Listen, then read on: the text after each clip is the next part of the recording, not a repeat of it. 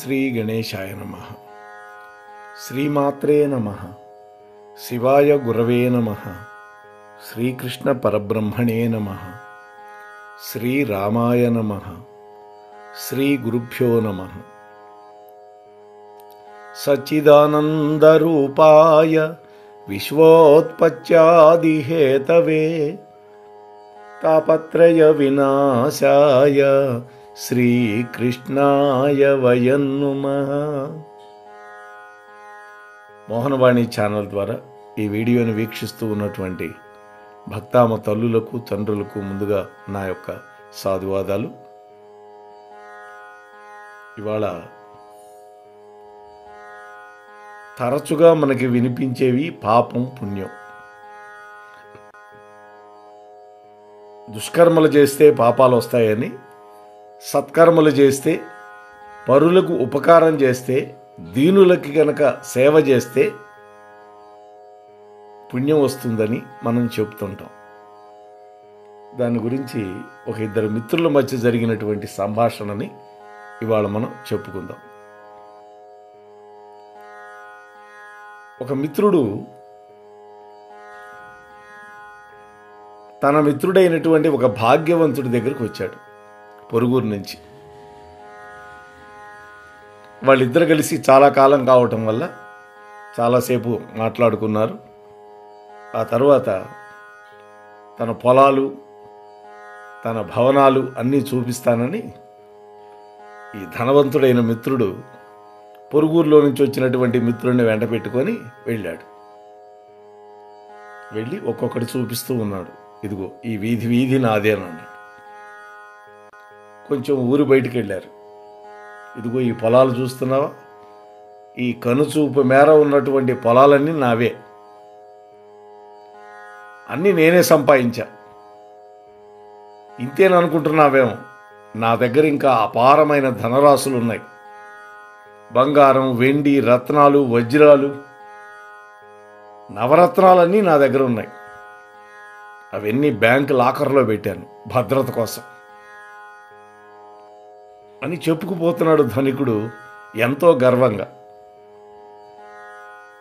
విన్నాడు పొరుగురు నుంచి వచ్చినటువంటి మిత్రుడు. సరే గాని మిత్రమా, ఇప్పుడు ఇన్ని చెప్పావే, ఈ భూములు, భవనాలు, బంగారం, వెండి, నవరత్నాలు, ఇవన్నీ వెళ్ళేటప్పుడు నీ వెంట తీసుకువెళ్ళగలుగుతావా అన్నాడు. ఒక్కటైనా తీసుకువెళ్ళగలవా? తీసుకువెళ్ళలేవు అన్నాడు ఆ మిత్రుడు. నువ్వు చూపించినవి ఏవి నీ వెంట రావు. వెంటనే తెలిసినా కూడా మానవుడు సంపాదిస్తూనే ఉంటాడు ఏవి రావని. అవును, మరి వెంట తీసుకొని వెళ్ళగలిగినవి ఏముంటాయి నువ్వు చెప్పు అన్నాడు. పుణ్యరాశులు అన్నాడు మిత్రుడు. చేసిన పుణ్యం చెడని పదార్థము అని పెద్దలు అంటారు. నువ్వు భూలోకంలో ఈ శరీరంతో చేసినటువంటి పుణ్యం లేదా పాపం, ఈ రెండూ నీ వెంట వస్తుంది. చాలామంది పాపపుణ్యాల గురించి ప్రస్తావిస్తారే తప్ప ఆచరణలో వాటి పట్ల శ్రద్ధ వహించరు. పాపపుణ్యాల జాబితా చేతపుచ్చుకొని ఎవ్వరూ మంచి పనులు, చెడు పనులు చేయరు కదా. కానీ ఇతరులకు మేలు కలిగించే మంచి పనులు, కీడు వాటిల్ల చేసేటటువంటి చెడు పనులు ఏవైతే ఉన్నాయో వాటి పట్ల స్పృహతోటి వ్యవహరించడం పెద్ద కష్టం కాదు. నీకు ఎవరైతే ఏదైనా చేస్తే నీ మనస్సుకు బాధ కలుగుతుందో అది నువ్వు ఇతరులకు చేస్తే వాడికి బాధే కదా. ఇతరులు నీకు ఏది చేస్తే నీ మనస్సుకు సంతోషం కలుగుతుందో నువ్వు ఇతరులకు కూడా అదే చేస్తే వాడికి సంతోషం. ఇంత మాత్రం చిన్న లాజిక్ మనం మిస్ కావాల్సిన అవసరం లేదు కదా. కాబట్టి ఈ స్పృహతో వ్యవహరించడం పెద్ద కష్టం కాదు ఎవరికైనా. కొంతమంది గొప్ప గొప్ప ఆధ్యాత్మిక విషయాలు చాలా మధురంగా హృదయానికి హత్తుకునేటట్టుగా బోధిస్తారు. అట్లాగే కొంతమంది అహం అనేది ఆధ్యాత్మిక సాధకులకు పెద్ద శత్రువు అని చెప్పిన వాళ్ళే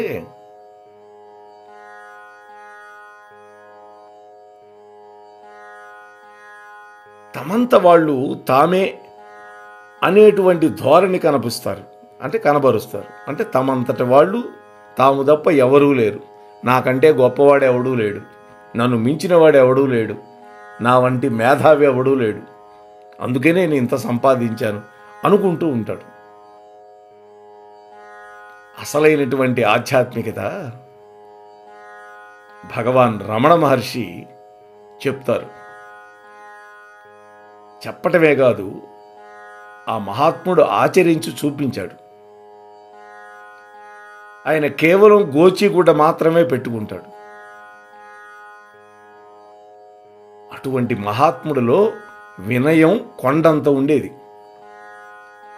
సముద్రమంత సహనం ఉండేది. ఆయనకి సర్కోమా వ్యాధి వచ్చింది, అదే క్యాన్సర్ లాంటిది, పుండు వచ్చింది. ఆ పుండుతో ఆయన ఉంటే ఆయన్ని చూసి శిష్యులు బాధపడేవాళ్ళు, కన్నీరు కార్చేవాళ్ళు. కానీ అన్నింటికీ అతీతంగా నిత్యానందులై ఉండేవారు రమణుల వారు. అంటే తన శరీరానికి వచ్చింది తప్ప తన ఆత్మని అది ఏమీ బాధించలేదు అనేటువంటి భావనతో ఉండేవారు రమణులు. అంటే మహాత్ములకి శారీరక స్పృహ ఉండదు. ఇవన్నీ కూడా సాధకులకి మౌనంతో కూడినటువంటి ఆధ్యాత్మిక సందేశాలు రమణుల వారు అందించినవి. ఇటువంటి గొప్ప ఆధ్యాత్మిక సందేశాలన్నీ మహాత్ముల నుండి మనకి మౌనం ద్వారానే లభిస్తాయి. ఎక్కువ బోధలు చేయరు. వారి యొక్క కర్మాచరణ, వారు అడిగిన వాటికి సూటిగా చెప్తారు, జవాబులు హత్తుకునేటట్టు చెప్తారు. ఎక్కువ పెద్ద పెద్ద ప్రవచనాలు ఏం చేయరు. అంటే మౌనం అంటే కేవలం మాట్లాడకుండా ఉండడం కాదు. మనస్సులోని ఆలోచనలు, అలజడులు అన్నీ కూడా ఒక్కటొక్కడిగా బయటికి నెట్టిపారేస్తూ అంతరంగం అనేటువంటి వేదికని పరిశుభ్రంగా ఉంచుకోవటమే మౌనం. అలా మౌనంతో మన అంతరంగాన్ని పరిశుభ్రం చేసుకున్నప్పుడు మన యొక్క హృదయమే ఒక పూజా మందిరంగా మారిపోతుంది. అంతర్యామి చిరునవ్వులు చిందిస్తూ మన హృదయ కమలంలో ప్రత్యక్షమవుతాడు. మనం ఎప్పుడైతే రెండు కళ్ళు మూసుకుంటామో ధ్యానంలో, వెంటనే మన అంతర్యామి సన్నిధిలో ఉన్నటువంటి ఒక గొప్ప అనుభూతి మనకు కలుగుతుంది.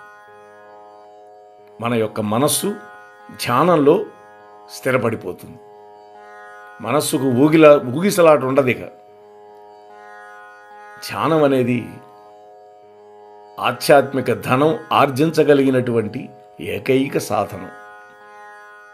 ఆధ్యాత్మిక ధనం ఆశించాలి, మనం ఆశించాము అంటే, సంపాదించాలి అనుకున్నామంటే ధ్యానం చేయాలి. సాధకులు తక్కువ శ్రమతో ఎక్కువ ఫలితాలు సాధించాలి అంటే ఉత్తమమైనటువంటి మార్గం ఇప్పుడు మనం చెప్పుకున్నటువంటిది.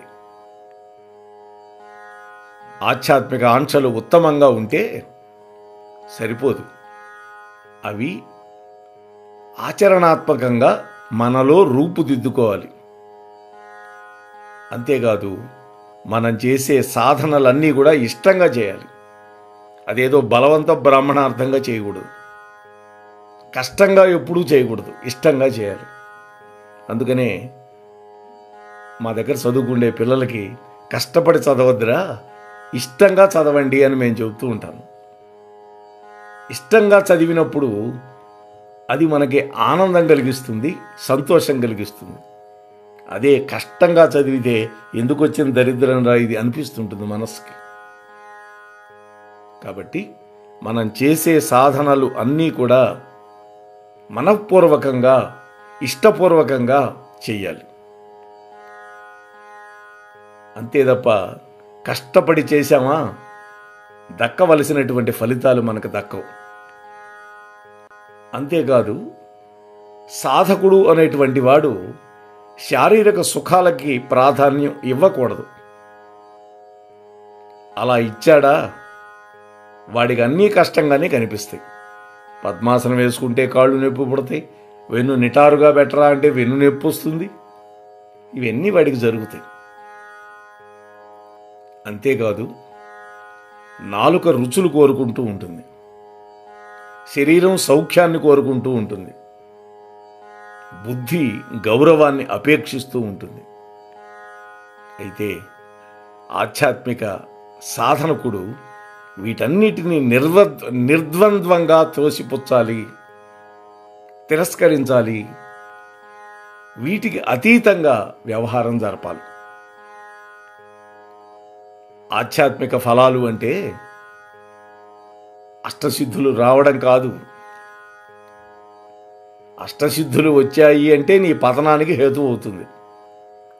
ఆ అష్టసిద్ధులతో నువ్వు మ్యాజిక్లు చేయటానికి మొదలు పెడతావు, అదే నీకు పతనం. అందుకనే అష్టసిద్ధులు ముందుగా సంక్రమిస్తాయి బాగా సాధన చేసిన వాడికి. వాటిని పక్కన పెట్టేసి ఇంకా ముందుకు వెళ్ళాలి. మరి ఏం కావాలి? ఆధ్యాత్మిక ఫలాలంటే సద్బుద్ధి, సద్భక్తి, అంతర్యామితో అవాంతరాలు లేనటువంటి అనుబంధం. ఈ మూడింటిని మనం ఏర్పరచుకోవాలి. అసలు అంతర్యామితో అనుబంధం అంటూ మనకి ఏర్పడాలే కానీ ప్రపంచం యొక్క ఆధిపత్యం సైతం అటువంటి వాడికి గడ్డిపోస కంటే కూడా హీనంగా కనిపిస్తుంది. చూసారా? అంటే ఉదాహరణకు మన దేశాన్నే పరిపాలించే అవకాశం వచ్చినా కూడా దాన్ని తృణప్రాయంగా తిరస్కరిస్తాడు. మన యొక్క ఆకాంక్షలన్నీ కూడా అంతర్యామితో అనుబంధానికి అంకితమైపోయి ఉండాలి. అలాగే మన ఆచరణలన్నీ అందుకు అనుబంధంగా ఉండాలి. అప్పుడు మనం ఆత్మభావనతో జీవించగలుగుతాం. ఆ క్షణం నుంచి మనం ఎటు చూసినా ఆనందమే, ఏమి చేసినా భగవంతుడి సేవే అవుతుంది. ఈ మాటలన్నీ విన్నాడు ధనికుడు. ఆహా మిత్రమా, ఇప్పటి వరకు డబ్బే లోకం, నాకంటే గొప్పవాడు ఎవడూ లేడనేటువంటి ఆలోచనతో ఉన్నాను. నేను సంపాదించింది ఏదీ నా వెంట రాదు. అందుకనే ఈ రోజు నుంచి నేను సంపాదించినటువంటి ధనమంతా ఫలాపేక్ష రహితంగా ఆపన్నులైనటువంటి వాళ్ళ యొక్క సహాయం కోసం ఉపయోగిస్తాను.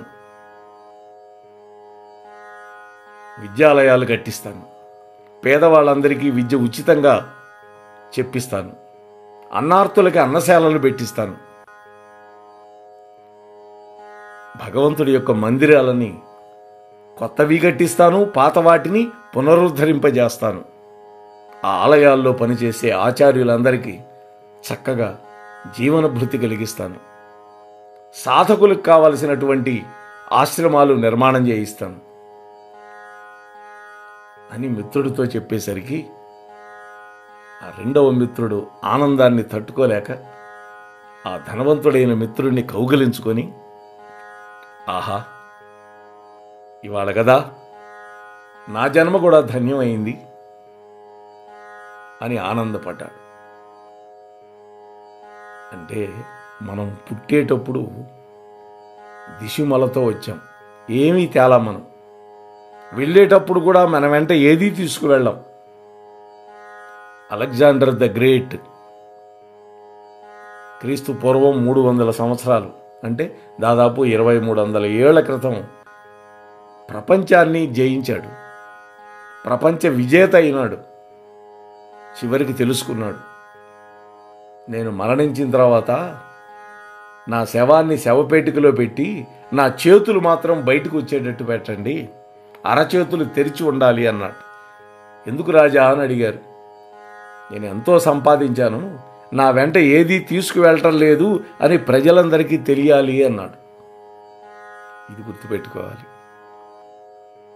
కాబట్టి మన వెంట వచ్చేది కేవలం పాపం, పుణ్యం. కాబట్టి పాపకార్యాలు చెయ్యకుండా ఉండడం, పుణ్యాలు చేయడం. పుణ్యకార్యాలు చేయడానికి కేవలం మనకి డబ్బు ఉంటేనే చేస్తామని అనుకోక్కర్లా. డబ్బు లేనివాడు కూడా పుణ్యం చేయొచ్చు. ఒకడెవడో అన్నదానం చేస్తున్నాడు, వాడు డబ్బు పెట్టి నువ్వు అక్కడికి వెళ్ళి అందరికీ వడ్డన చెయ్యి, దానికేం రూపాయి ఖర్చు లేదే.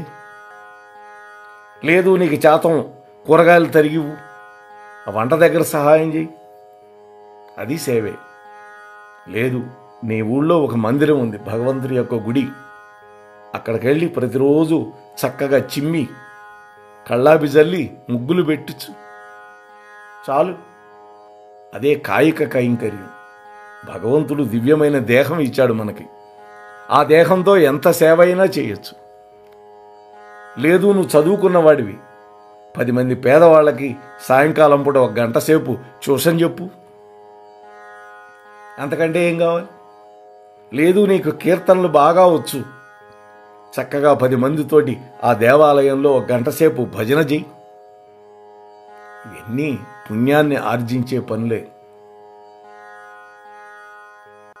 ఎక్కడెక్కడ సేవా కార్యక్రమాలు జరుగుతుంటాయో అక్కడికి వెళ్ళి మనకి చేతనైనటువంటి సహాయం చేయొచ్చు. దీనికేం డబ్బు అక్కర్లేదు. ప్రతివాడు అంటాడు నా దగ్గర డబ్బు లేదు, నేనేం చేసేదని. డబ్బుతో పని లేదు.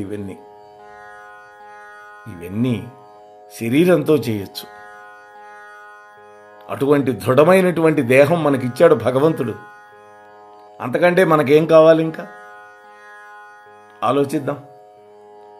కాబట్టి మనం అందరం మనకి చేతనైనటువంటి సేవా కార్యక్రమాలు చేసి మన వెంట పుణ్యంతో మనం వెళ్ళిపోదాం ఊర్ధ్వలోకాలకి